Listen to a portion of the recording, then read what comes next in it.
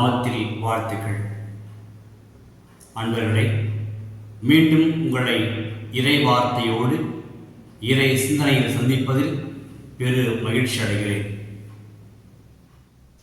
உங்கள் அனைவருக்கும் இயேசுவின் நாமத்தில் வாழ்த்துக்கள், வணக்கம்.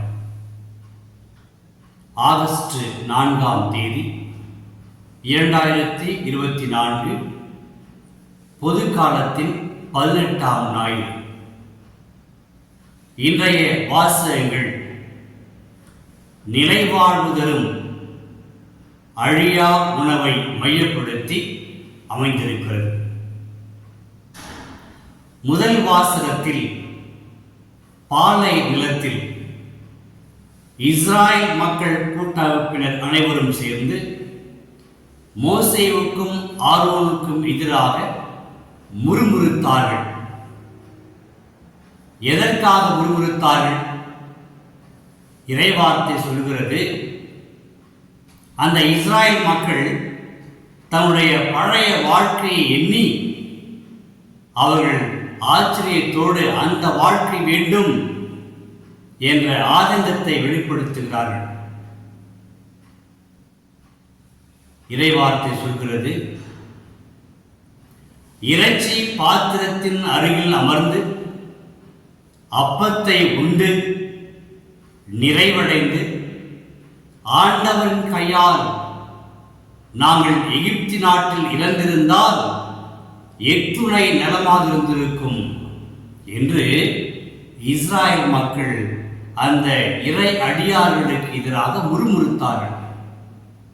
அன்பர்களே, இன்பத்தில் இன்புற்றிருப்பதும் துன்பத்தில் பிறரை தூற்றுவதும் மனித இயல்பாகும். அந்த நிலையில்தான் இஸ்ராயல் மக்களும் பாலைவனத்தில் இருந்தார்கள். கடவுள் அவர்களை திறம்பட அடிமை நாட்டிலிருந்து எகிப்திலிருந்து அவர்களை விடுவித்து ஒவ்வொரு நாளும் அற்புதங்களை செய்து தான் அவர்களோடு பயணிக்கின்ற கடவுள் என்பதை உறுதிப்படுத்தி அவர்களை வழிநடத்தி செல்கிறார். மோசே வழியாக, ஆரோன் வழியாக. அவற்றையெல்லாம் மறந்த மக்கள் தன்னுடைய வாழ்க்கையை திரும்பி பார்த்து இன்று உணவு இல்லை என்பதற்காக தன்னுடைய பழைய வாழ்க்கையை திரும்பி பார்க்கிறார்கள். அன்பர்களே, ஒன்றை புரிந்து கொள்ள வேண்டும். பழைய அந்த அடிமைத்தனமான வாழ்க்கை அவர்களை சிந்திக்க விடவில்லை, நேர்மையாக வாழ விடவில்லை. தனி மனித சுதந்திரம் கிடையாது. அவர்களை எல்லா நிலையிலும் அடிமைகளாக, விலங்குகளை விட மோசமாக எகிப்து அரசன் அவர்களை நடத்தி வந்தார். ஆனால் என்ன, அவர்களுக்கு ஒருவேளை அல்லது இருவேளை அந்த இறைச்சி அவர்களுக்கு கொடுத்தார். எனவே அந்த இஸ்ராயல் மக்கள் அந்த இறைச்சியை உண்டு அது மட்டுமே போதும் என்று, அதுவே வாழ்க்கை என்று அவர்கள் நினைத்திருக்கிறார்கள். எனவேதான் அந்த இறைச்சி உண்டு மகிழ்ந்த அந்த நாட்கள், அந்த பழைய நினைவுகள், அந்த இறைச்சியோடு அப்பத்தை உண்ட அந்த பழைய சாப்பிட்ட உணவருந்திய அந்த இன்பங்கள் அவர்களை பின்புலமாக பிடித்திருக்கிறது. விடுதலை வேண்டாம், விடுதலை பயணம் வேண்டாம், அடிமை வாழ்வு மேலானது என்று அவர்கள் அங்கலாக்கிறார்கள். இந்த முறுமுறுப்பை கடவுள் கேட்டு அவர் சொல்கிறார், நான் அவர்களுக்கு மாலையிலும் காலையிலும் இறைச்சியை கொடுத்தும் அப்பத்தை கொடுத்தும் உணவளிப்பேன், அவர்களை எடுத்துக்கொள்ள சொல்லு என்று மோசேக்கும் ஆரோனுக்கும் கட்டளையிட்டார். ஒன்றை ஆழமாக அன்பர்களே புரிந்து கொள்ள வேண்டும். நாம் உடலில் வாழுகின்ற, உயிர் வாழுகின்ற மக்கள். இந்த உடல் சார்ந்த ஊனியல்பு கொடுக்கிற இன்பங்கள், தற்காலிகமான அந்த சந்தோஷங்கள், இவையெல்லாம் நம்முடைய மனதிலும் நம்முடைய எண்ணத்திலும் புதைந்திருக்கிறது. எனவே விடுதலை நோக்கி கடவுள் நம்மை அழைத்து செல்கிற பொழுது நம்முடைய பழைய அந்த நினைவுகள் நம்மை பிடித்திருக்கிறது. பழைய வாழ்க்கை போதும், ஊனியர்பின் வாழ்க்கை போதும், அது கொடுத்த இன்பங்கள் போதும். அதாவது பழைய ஏற்பாட்டில் வார்த்தை சொல்வது என்றால், இறைச்சி நிறைந்த அந்த பாத்திரம், அந்த அப்பம். அன்பர்களே, ஒவ்வொருவருக்கும் இறைச்சி நிறைந்த பாத்திரம் ஒன்று இருக்கிறது. ஒவ்வொருவருக்கும் அதற்கின்ற அப்பம் இருக்கிறது. இந்த இறைச்சி நிறைந்த பாத்திரத்தில் பல நாட்கள் நாம் உண்டு திளைத்திருக்கிறோம். எனவே அந்த இறைச்சி நிறைந்த அந்த பாத்திரம் கொடுத்த அந்த விருந்தின் சுவையானது நம்மை முன்னேற விடாமல், ஆண்டவரை நம்பி செல்ல விடாமல் எப்பொழுது நம்மை பின்னே இழுத்துக் கொண்டிருக்கும். இதை நாம் புரிந்து கொள்ள வேண்டும்.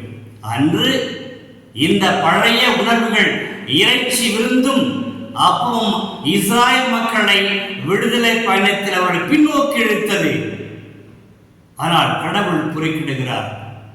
நான் உங்களுக்கு தருகிறேன், தொடர்ந்து விடுதலை பயணத்தில் செல்லுங்கள் என்று அவர்களுக்கு தொடர்ந்து உடலிருந்து வழிநடத்துகிறார்.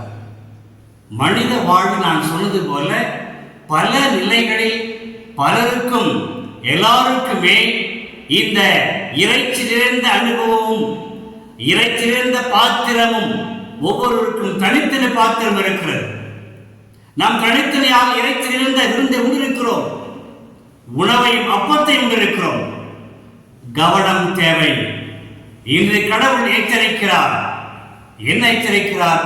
நீங்கள் பழைய காலத்தில் உண்ட இறைச்சி நிறைந்த அந்த பாத்திர அனுபவமும், அந்த உணவும், அதை கொடுத்த சுவையும், அது மட்டுமே உங்களுக்கு வாழ்வாகாது, அது மட்டுமே உங்களுக்கு தீர்வாகாது. ஆனால் நான் என்னுடைய கைகளை பிடியுங்கள், நான் உங்களை முன்னே நடத்தி செல்வேன் விடுதலை வாழ்வுக்கு என்று இன்று கடவுள் நம்முடைய கரங்களை பிடிக்கிறார், நம்மளை முன்னைக்கு நடத்தி செல்கிறார். அன்பர்களே, 2ஆம் வாசகத்திலும் எபேசியருக்கு திருமுகத்தில் இறைவன் சொல்கிறார், உங்களுடைய பழைய வாழ்க்கை, பழைய நடைமுறைகள், அந்த எண்ணங்கள் அவையெல்லாம் ஊனியல்பை சார்ந்தவை. அவற்றில் இருந்து நீங்கள் விடுதலை பெற்று வர வேண்டும். வந்தால்தான் கடவுளின் மக்களாக இருக்க முடியும், கடவுளின் பிள்ளைகளாக இருக்க முடியும். ஆக ஊனியல்பு சார்ந்த அந்த நிலையை கடந்து கடவுள் கையை பிடித்து நாம் விடுதலை வாழ்வுக்கு இயேசு வழியாக வர வேண்டும் என்பதை 2ஆம் வாசகம் உணர்த்துகிறது. இன்றைய நற்செய்தி வாசகத்தில் ஆண்டவர் அந்த திபேரியா கடலில் இருந்து கலிலேய கடலுக்கு வந்திருக்கிறார். மக்களும் அவரை பின்தொடர்கிறார்கள். மக்கள் முன்னே வந்தடைந்த பிறகு இயேசுவை பார்த்து கேட்கிறார்கள், ரபி, நீர் எப்போது இங்கு வந்தீர்? ஆண்டவர் இயேசு அவர்கள் மனதை புரிந்து கொண்டு, நீங்கள் தேடுவது இறை வார்த்தைக்காக அல்ல, அரும் அடையாளங்களுக்காக அல்ல, மாறாக அப்பத்தை உண்டதால் தான். அந்த அப்பங்களுக்காக தேடுகிறீர்கள் என்று இயேசு உறுதியாக சொன்னார். எனவே சொல்கிறார், எச்சரிக்கை கொடுக்கிறார், அழிந்து போகிற உணவுக்காக ஓடி ஆடி உழைக்காதீர்கள், அழியாத வாழ்வு கொடுக்கிற உணவுக்காக உழைங்கள். நம்முடைய உழைப்பு, நம்முடைய வாழ்வு, நம்முடைய திட்டங்கள், நம்முடைய செயல்பாடுகள் அனைத்துமே ஒன்றன் பின் ஒன்றாக இணைந்திருக்கிறது.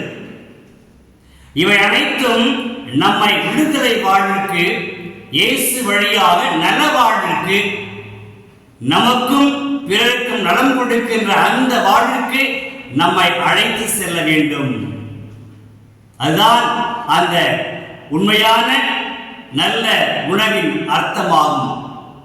அன்பர்களே, அப்போது அந்த மக்கள் கேட்கிறார்கள், எங்கள் செயல்கள் கடவுளுக்கு ஏற்றதாக இருக்க நாங்கள் என்ன செய்ய வேண்டும் என்று இயேசுவை கேட்டார். இயேசு சொல்கிறார், கடவுள் அனுப்பியவரை ஏற்றுக்கொள்வதே கடவுளுக்குரிய நம்பிக்கை. அப்படி யாரு? இயேசு ஆண்டவரை. அப்ப இயேசு ஆண்டவரை ஏற்றுக்கொள்கிற பொழுது முழுமையாக என் ஆண்டவர், என் இயேசு, என் மீட்பர், என் தலைவர், என்னை வழிநடத்துகிறவர், எனக்கு சுகம் கொடுக்கிறவர் என்றெல்லாம் நாம் நம்பிக்கையோடு இயேசுவை ஏற்றுக்கொள்கிற பொழுது நாம் கடவுளை ஏற்றுக்கொள்கிறோம். அவர் சொல்றார், இயேசு அந்த பாலைநிலத்தில் மக்களுக்கு உணவளித்தது மோசே அல்ல, என்னுடைய தந்தை. அதுபோல் இன்றும் உங்களுக்கு உணவளிக்கின்றார், அது நிலையான உணவாகும். அப்ப மக்கள் கேட்கிறாங்க, அப்ப அந்த உணவு எங்களுக்கு எப்போதும் தாரும். இயேசு சொல்கிறார், நானே உலகின் அந்த உண்மையான உணவு, வானிலிருந்து இறங்கி வந்த உயிருள்ள உணவு. என்னை உண்பவன் என்றோதும் பசியே இராது, என் மீது நம்பிக்கை கொள்ளும் எவரும் தாகமே இரார் என்று சொல்கிறார். ஆக இயேசுவின் மீது உள்ளார்ந்த ஏக்கமும் அவர் மீது பற்றும் கொண்டு அவரை நாடி வாழ்கிற பொழுது நம்முடைய பழைய வாழ்க்கையை விட அந்த பழைய வாழ்க்கை கொடுத்த ஊனியல்பு வாழ்க்கை கொடுத்த வாழ்வு கொடுத்த இன்பம் கொடுத்த அந்த பழைய அடிமைத்தனமான வாழ்வு வேண்டாம் என்று சொல்லி அதை தூக்கி எறிந்துவிட்டு இயேசு போதும், அவருடைய இறைவார்த்தை போதும் என்று சொல்லி நாம் தீர்க்கமாக முடிவெடுத்து இயேசுவை பற்றி வாழ்ந்தால் நமக்கு ஆன்மீக பலம் கிடைக்கிறது. இது சாதாரண உணவு அல்ல, அழிந்து போகிற கெட்டு போகிற மற்ற உணவுகள் அல்ல, இது ஆன்மீக உணவாகும். இது நமக்கு தெரியும். நம்முடைய பல்வேறு சூழ்நிலைகளில் நாம் எல்லாம் சிக்கி தவிக்கிற பொழுது சாதாரண உடல் சார்ந்த உணவுகள் மட்டும் நமக்கு போதாது, அதை விட கூடுதலாக நாம் ஏங்கி தவிக்கிறோம். எனக்கு என்று ஏதாவது கடவுள் செய்ய மாட்டாரா? என்னை தூக்கி விட மாட்டாரா? இந்த துன்ப களத்திலிருந்து, துன்ப நிலையிலிருந்து எனக்கு கை கொடுக்க மாட்டாரா? இதான் நம்பிக்கை.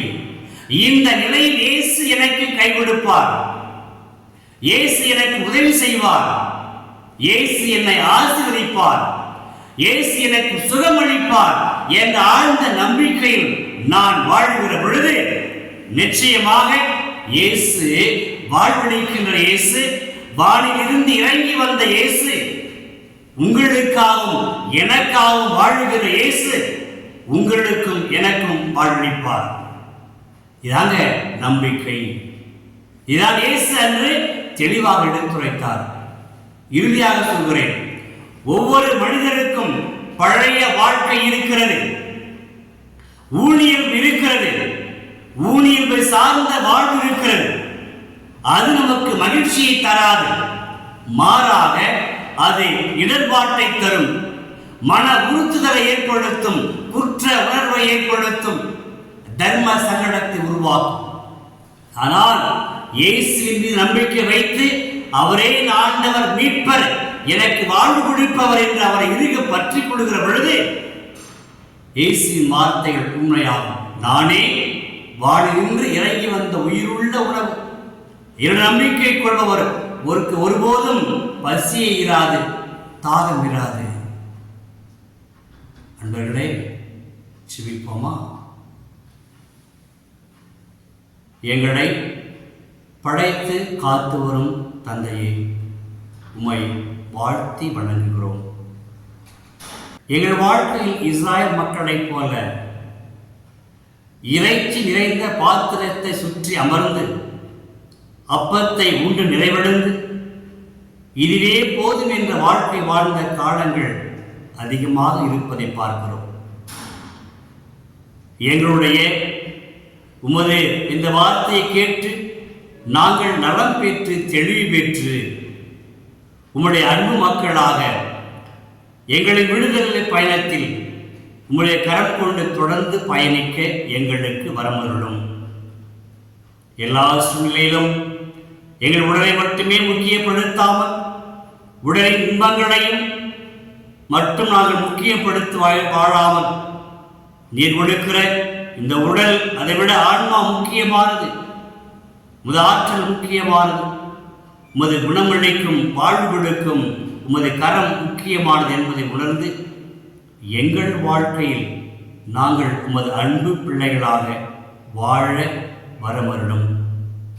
இவற்றை மகன் இயேசு கிறிஸ்து வழியாக ஜெபிக்கிறோம். ஆமென், ஆமென். இறைவார்த்தை